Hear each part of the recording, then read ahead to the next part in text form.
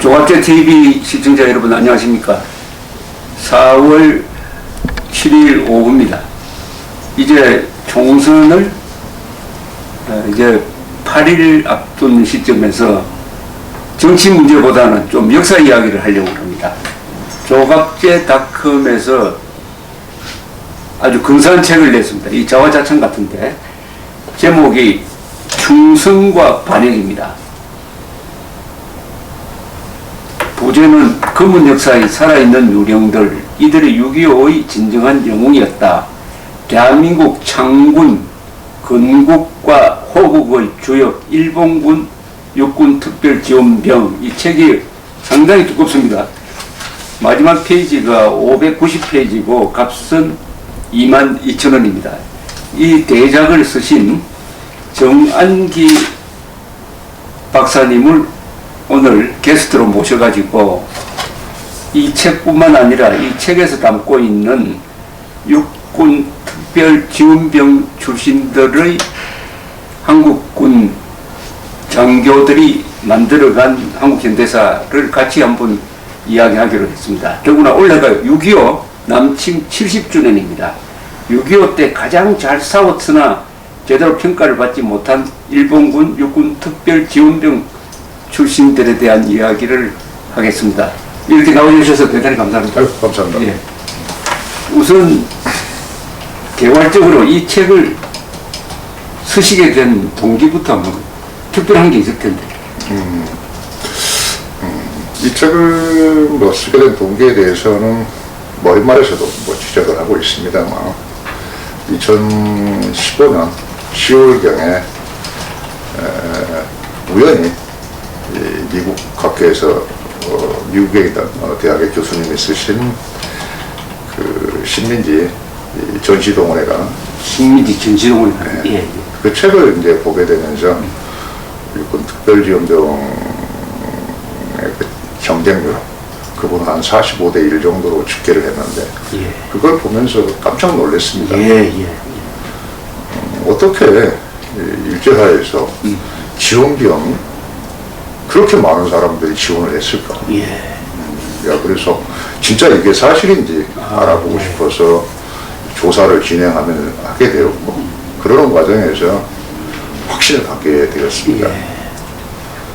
그런 경위로 그 책을 쓰게 되었고 생각보다 훨씬 더 많은 자료들이 있다는 것도 알게 되었고 방대한 자료가 있다는 사실들을 점점 확인하게 되면서 이렇게 충성과 반역이라고 하는 책을 쓰게 됐습니다. 여기서 충성과 반역은 두 가지 의미가 있습니다. 충성은 대한민국에 대한 충성이고 반역은 대한민국이 없었을 때 민족만 있었을 때 그러니까 민족에 대한 반역이라는 그런 뜻이죠. 그렇습니다. 예. 민족에 대한 반역은 좀 사실은 가혹한 표현인데 어쨌든 일제에 충성했으니까 민족에 대한 반역이라고 합시다. 그러나 일본군에 종군하면서 배웠던 실전 기술을 대한민국이 건국한 다음에 북한군의 남침에 그 기술을 써먹어가지고 나라를 구했으니까 그 부분은 국가에 대한 충성이 됩니다. 그러니까 민족에 대한 반역과 국가에 대한 충성이 아주 상반되는 개념 같지만은 이 책을 읽어보면은 그게 아니고 민족에 대한 반역을 통해서 익힌 군사기술을 대한민국을 지켜내는 데 서서니까 충성이고 그래서 그것이 자연스럽게 연결되는 거예요. 반역과 충성이 상치되는 개념이 아니라 하나로 통합된다는 그런 내용 아닙니까? 예, 동전의 양면 같은 의미를 갖고 있습니다. 단순화시킨다면은 민족에 반역했기 때문이야말로 대한민국에 충성할 수 있었다. 이런 이제 로직이 성립할 수 있겠죠. 사실 민족이라는 개념에 대해서는 우리 한국 사회는 국가보다도 대한민국보다도 더 우위에 두고 있는 그런 이제 시대상을 보여주고 있고 역사 인식을 보여주고 있지만 그건 참으로 위험한 그런 사고라고 저는 생각을 하고 있고 특히 그런 이제 역사 인식이 갖고 있는 문제점은 민족이라는 논리 자체는 지금 현재 북한이 남한을 공산화시키기 위한 그런 논리로 지금 활용하고 있죠. 그렇죠. 그러니까 우리 대한민국 국민들이 그 논의에 편승하게 되면 밑도 끝도 없는 그런 민족이라는 논리에 편승을 하게 되면은 바로 북한의 논리에 동조하는 것이고 대한민국을 붕괴 해체시키는 논리다. 그렇죠. 그렇게 저는 생각을 합니다. 그렇기 때문에 민족 자체에 대해서 우리가 대한민국에서 살고 있는 것은 같은 민족이기 때문에 사는 것이 아니라 대한민국의 어떤 그런 형법적 가치를 서로 공유하고 그 이념을 공유해내고 있기 때문이야말로 대한민국 국민으로 살고 있는 것이지 밑도 끝도 없는 민족 가지고 이러한 개념 때문에 우리가 살고 있는 건 아니다. 그 점을 분명히 말씀드리고 싶습니다. 그렇기 때문에 민족을 반영한다고 해서 전혀 문제가 될 것이 없습니다. 아주 이 책이 가지고 있는 중대한 문제를 지금 제기하고 있습니다. 민족에 대한 반역이 결코 욕이 아니라는 겁니다. 왜냐하면 민족에 대한 반역을 했기 때문에 국가에 대한 충성을 할 수 있었다는 것이 이 책이 던지는 중대한 화두입니다. 자, 이제 시작부터 우리 정한기 교수님을 제가 좀 소개를 해드려야 되는데 여기 저자 소개에 나온 부분을 제가 읽어드리겠습니다. 교토대학에서 일본 경제사 연구로 박사학위를 받았습니다. 일본 학술진흥재단 특별연구원, 리츠메이칸 대학 강사, 고려대학교 연구교수, 서울대학교 개원 연구원을 거쳤습니다. 주로 일본, 조선, 만주를 넘나들면서 동아시아 근현대사를 연구하고 있고 작년에 나왔던 이용훈 교수가 중심이 되어서 만든 반일 종족주의, 이 책은 일본에 번역돼서 베스트셀러가 됐습니다. 반일 종족주의에도 필자로 참여를 하셨습니다. 맞죠? 예. 자, 그런데 아주 무거운 주제고 이게 본질적인 주제인데 아까 말씀하셨지만은 짤막하게 말씀하셨지만은 민족 반역자인 김일성 집단이 민족이라는 말을 흉기화해가지고 대한민국이라는 나라를 해체시키기 위해서 민족이란 요 말로 한국 사람들을 무조건적 반일, 더 나가서 반일로 몰고 가려고 하는데 그 중심에 민족이란 개념이 있다. 그렇습니다. 네. 그걸 지적을 하셨는데 우선 그 민족이 뭐냐는 것부터 한번 개념 정리를 하고 나갑시다. 민족이 뭡니까? 자, 민족이라고 하게 되면 우리가 주로 뭐 혈연 공동체, 문화 공동체 이런 이제 키워드로 우리가 주로 사용을 합니다. 근데 그게 그 민족이라는 개념이 나오게 된 것은 일제 식민지 지배를 받으면서 나온 용어입니다. 그러니까 우리 그 단군 이야기가 나오는 것처럼 우리 단군을 시제로 한 하나의 혈연으로 묶여져 있는 하나의 가족 공동체 뭐 이런 식의 이제 의미로 우리가 이해를 하고 있습니다. 근데 그것이 나오게 된 것은 1908년경 정도가 되었습니다. 그러니까 그 개념은 원래 그 뭐 서구에서 뭐 유입된 개념을 일본, 중국을 통해서 한국 사회에 이제 유포가 되었고 본격적으로 그 키워드가 이 학술적인 의미로까지 의미를 갖게 되는 것은 3.1운동 이후가 되겠습니다. 그런데 이 민족이라는 개념 자체를 이 서구에서는 주로 국가, 국민으로 사용되는 용어죠.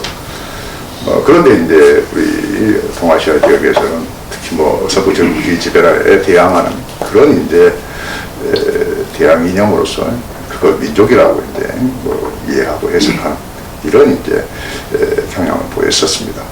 근데 아시겠지만 뭐 이용훈 선생께서도 지적하고 있지만 조선 후기 같은 경우로 보게 되면은 전체 백성의 한 뭐 50% 정도가 노비가 되고 있고 또 마찬가지 해방 식민지기 이후에도 역시 반상 차별이 있었습니다. 그런데 어떻게 거기서 같은 혈연 공동체라고 하는 식의 개념이 성립할 수 있겠습니까? 완전 그것은 거대한 허위의식입니다. 그렇기 때문에 이 민족 개념 자체에 대해서는 당시 이광수라든가 혹은 육당 전함선도 그 키워드를 쓰면서도 상당히 의문을 가지고 있었고 한계를 느꼈습니다. 왜냐하면 민족이라고 하는 개념을 가지고 이념을 가지고서는 결코 독립국가를 만들어낼 수도 없고 유지할 수도 없다는 것을 그들도 잘 알고 있었습니다. 그래서 45년 이후가 넘어서게 되면은 그 민족 개념 자체를 뒤로 후퇴시키고 예. 국가 개념을 앞세우는 이런 이제 그 이념적인 전환이 있었는데 우리는 그런 것들로부터 주목하고 있지 않죠. 제가 이게 좀 벗어나면은 일본 사람들이 번역한 말이 민족이죠. 그러니까 영어로는 네이션이고 독일어는 폴크인데 예, 이 번역을 잘못해가지고 우리를 지금 고생시키고 있는 말이 민족입니다. 그죠? 그렇습니다. 이거 번역할 때 국민이라고 했었어요. 그렇습니다. 훨씬 더 가깝습니다. 국민에 가깝고 그 다음 또 하나 번역을 잘못한 게 민주주의입니다. 디모크래시 이거는 민주제도라고 했어야 돼요. 그런데 이걸 주의라고 붙이니까 주의 좋아하는 한국 사람들이 이걸 교조화해버린 겁니다. 그러니까 민족과 민주라는 거대한 허상을 만들어낸 거예요. 이걸 가지고 지금 민주란 이름으로 법치를 파괴하고 민족이란 이름으로 국가를 파괴하고 있습니다. 그렇습니다. 완전히 좌익들의 용어 전술에 다수 한국 사람들이 보수까지 포함해서 넘어갔습니다. 그게 이제 좀 외롭게 싸우고 있는 분들이 이제 이영훈 교수 같은 우리 보수 지식인들입니다만은 자 그렇게 이제 민족이란 말이 일본 사람들이 명치유신 이후에 서구 문물을 번역하면서 뭐 캐피탈리즘을 자본주의로 번역하고 하는 과정에서 번역된 게 한국에 들어와서는 전혀 새로운 의미를 갖게 된 게 그때가 우리가 국가가 없으니까 의지할 때라고는 민족이다. 그래서 민족을 우상화해가지고 민족을 지고지선한 하나의 우상 숭배 쪽으로 몰고 갔다. 이거죠. 네. 그래서 아까 말씀하시다가 중요한 말을 하셨는데 이광수나 최남성 같은 선각자들도 민족으로는 국가 이런 민족 개념으로는 국가를 유지할 수 없다. 그게 아주 중요한 지점입니다. 성립시킬 수도 없다고. 그게 조금 더 보조적으로 한번 설명을 해주시죠. 왜 그런 생각을 했는지. 야, 자기들도 전함선의 그 조작 등을 검토하다 보면은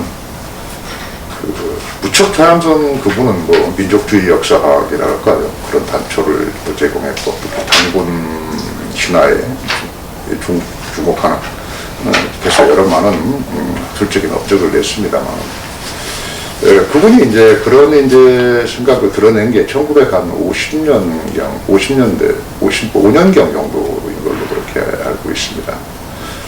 그런데 그런 것은 자기 자신이 이 6.25 전쟁을 거쳐보고, 대한민국 건국을 거쳐보면서 민족은 아니다라고 하는 그런 이제 확신을 갖게 됐고, 그걸 이제 글로 쓰게 됐다고 생각을 합니다. 근데 그것은 단지 뭐 해방 이후의 그런 대한민국 건국 과정, 6.25 전쟁을 거치면서의 내용이기도 하지만 더 올라가서 보게 되면 실제로 뭐 아시겠지만 1910년에 대한제국이 멸망하던 당시에는 국민 개념이 없습니다. 그렇죠? 백성이에요. 백성이죠. 하지만 그랬던 이제 사람들이 1919년 3.1운동을 거치면서 이제 민족을 발견하게 된 거죠. 그렇죠. 그래서 민족 개념을 계속 이제 발전시켜 왔지만 도저히 그걸로서는 뭔가 문제가 있다는 것을 알게 되고, 뭐 그러면서 1937, 8년경 이 육군 특별지원병제도가 시도되는 시점에서는 국민의 개념이 그들은 주목을 하게 된 것입니다. 그분들도 이미 그 네이션 자체가 민족과 이 국민으로 국가로 같이 쓰고 있다라고 하는 사실을 알게 되었고, 그렇기 때문이야말로 주권 없는 민족이지만 힘 있는 국민을 만드는 것, 그것이 바로 민족을 재생시키는 길이라고 그들은 믿었고, 그렇기 때문에 이 육군 특별지원병제에 대해서 쌍수를 들고 환영을 했던 것이라고 저는 생각을 합니다. 영어에 네이션 하면 두 가지 의미가 있는데 우리가 번역할 때도 그렇습니다. 하나는 국가로 번역을 하고 하나는 국민으로 번역할 때도 있고 민족으로 번역할 때도 있고 내셔널리즘 하면은 국가주의로 쓰일 때도 있고 민족주의로 쓰일 때도 있고 국민주의로도 쓰일 때도 있고. 국민주의로, 그러니까 이 네이션이 민족, 국민, 국가가 같이 혼재되어 있는데 이게 한국의 특수한 상황으로 해서 혈연 공동체를 강조하는 민족으로 굳어져 버렸다. 그런데 이게 이런 민족을 국민이나 국가보다 앞세우면은 공동체를 유지할 수 없다는 것은 지금 한반도에서 보면은 딱 드러나고 있습니다. 그러니까 김대중, 노무현, 문재인 이 세 사람이 김정일, 김정은과 만나서 합의한 문서에 보면은 예. 민족 공조란 말이 들어있어요. 그죠? 그리고 우리 민족끼리 우리 민족끼리 민족 공조해가지고 한반도의 평화를 만들어내고 궁극적으로 통일한다 이래 돼 있단 말이에요. 예. 자, 이렇게 되면 어떤 문제가 생기느냐. 그러면 김일성이가, 김정일이가, 김정은이 과연 우리 민족이냐 하는 문제가 생깁니다. 아니, 우리 민족이냐. 민족 반역자고 민족을 가장 많이 학살한 사람을 민족이라는 개념으로 다 한 묶음으로 만들어가지고 반인도 범죄도 덮고 6.25도 다 덮고 오로지 민족끼리 민족 공조하자 이래 돼버리면은 국가는 성립할 수 없죠. 그죠? 그렇습니다. 국가라는 것은 법 위에 있는 것이고 국익이고 국군이고 하는 개념이지. 그래서 민족이라는 개념으로 민족 반역 범죄, 반인도 범죄를 덮어주자. 그 대신에 일본에 대해서는 민족 개념을 들이대가지고 지금의 민주국가인 일본까지도 적으로 봐야 된다 하는 이런 민족 개념으로는 도저히 공동체를 유지할 수가 없습니다. 그죠? 그렇습니다. 지금 우리가 당면한 문제입니다. 우리 대한민국의 가장 큰 위기는 민족이라는 이름으로 국가를 파괴하고 민족이라는 이름으로 법치를 파괴하고 하는 데 대해서 지식인 사회에서 저항을 하지 않고 대다수가 그걸 따라가고 그리고 이용훈 교수와 같은 이런 용감한 지식인들이 거기에 문제를 제기를 하면은 토착맥으로 모르고 하는 이런 아주 정신과 영혼의 일대 혼란 속에서 지금 한국에서 여러 가지 문제가 생기는 게 국가, 국익, 헌법, 법치, 국군 이런 게 민족이라는 이름 앞에서 짓밟히고 무시되고 있다. 이런 거니까 아마 최남선 선생이 건국과 호국 과정을 겪고 깨달았던 민족으로는 국가를 유지할 수 없다 그렇습니다. 하는 아주 중요한 명제를 발견하신 것 같습니다. 그래서 일단 이 정도로 민족이란 문제를 제기를 했고 바로 민족에 대한 반역은 결코 악이 아니었다. 왜냐? 민족에 대한 반역을 통해서 일제시대 때 참전해가지고 군사기술을 배운 그걸로 해가지고 대한민국이 수립된 이후에 공산군의 침략을 막아내는데 앞장선 분 그게 바로 국가의 충성으로 갔다. 민족 반역과 국가의 충성은 상반되는 개념이 아니다. 그렇습니다. 동서의 양면 같은 것. 서로 이어지는 개념이다. 바로 그 한복판에 일본군 육군 특별 지원병이 있었다.